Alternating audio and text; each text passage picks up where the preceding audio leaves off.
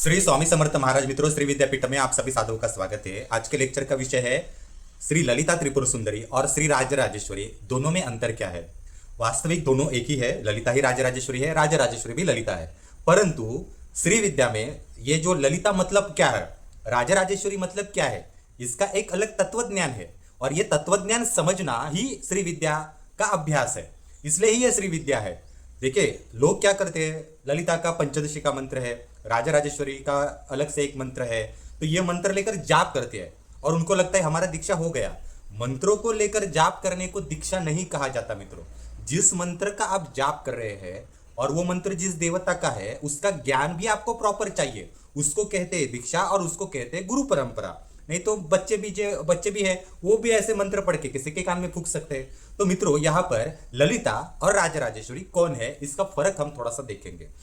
यहाँ पर आपको ये फर्क समझने से पहले आपको श्री विद्या की क्रम दीक्षा किस प्रकार से होती है, ये थोड़ा सा नॉलेज आपको चाहिए।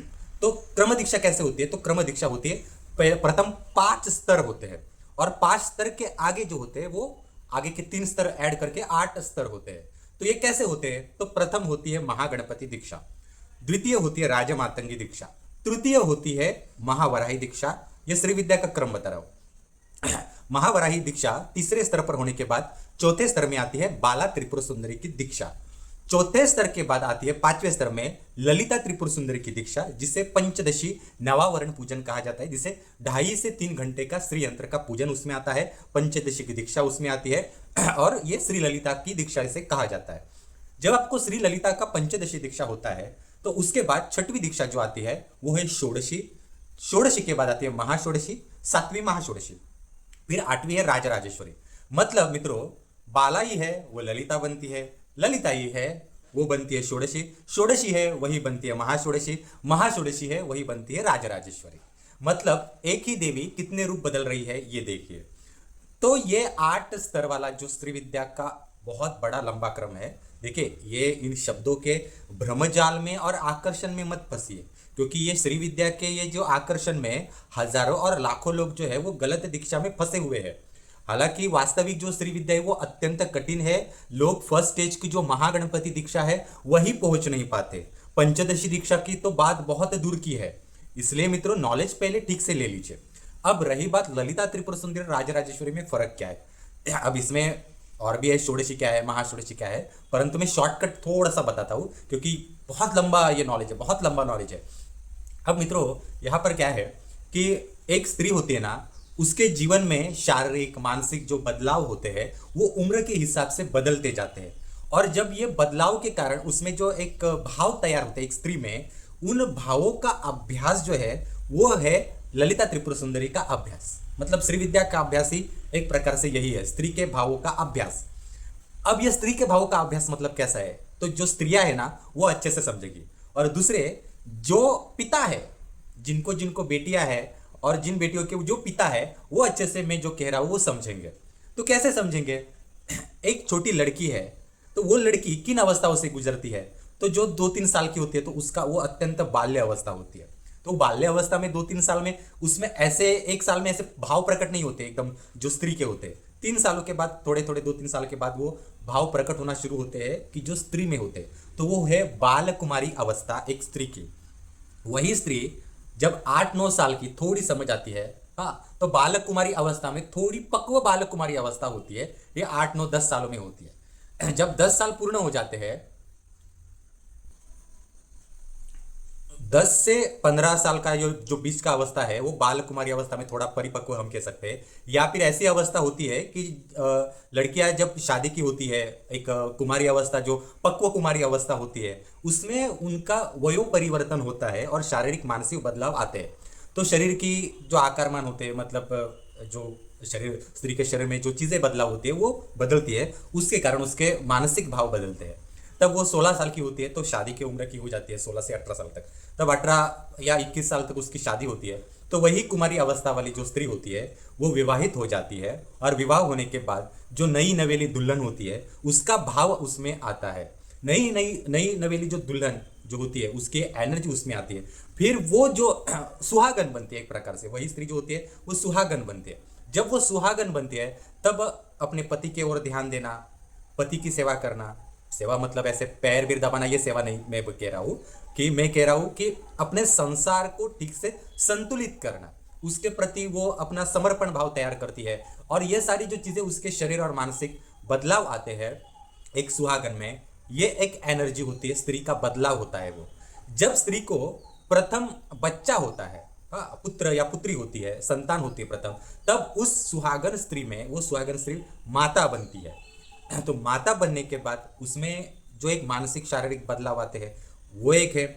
माता बनने के बाद जब बच्चा बड़ा हो जाता है, हाँ, और बच्चा बड़ा होने के बाद जब बच्चा 10-15 साल का होता है, उसको थोड़ी समझ आती है, तो स्त्री जो होती है, जो सुहागन स्त्री है, वो बच्चे के ऊपर का ध्यान कम करके पति की ओर आगे बढ़ाती है।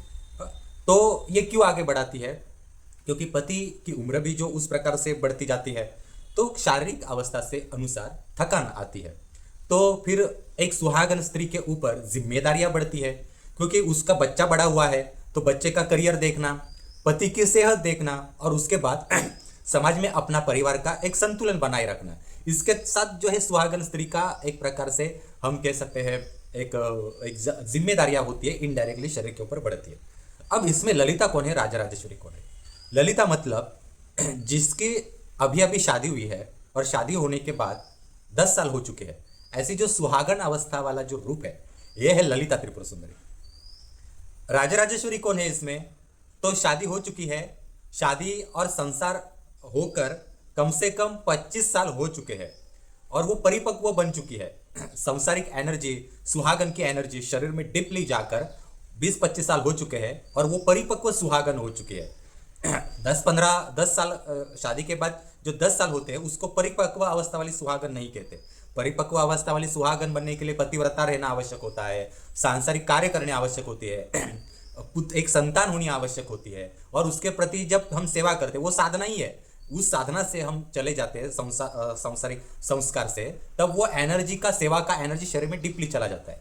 ठीक है, तो वो आगे आगे बढ़ते। अब ये जो ललिता और राजराजेश्वरी है ना, इसके भी षोडशी महाषोडशी भी है, वो अभी तक हमने नहीं लिया है। मैं सिर्फ ललिता और राजराजेश्वरी एग्जैक्टली क्या रिफ्लेक्ट करता है, प्रतिबिंबित क्या करता है, वो मैं बता रहा हूँ। तो ललिता मतलब हम ऐसा कह सकते हैं, शादी हो चुकी है, 10 साल हो चुके हैं, एक पुत्र या पुत्री हो चुकी है, और वो एक भाव उसमें, जो शादी से पहले वो कुमारी थी और शादी के 10 साल बाद जो भाव आते हैं उस स्त्री में, उस भावों का अभ्यास मतलब ललिता है। और राजराजेश्वरी मतलब ललिता, हाँ, 10 साल हो गए सुहागन को।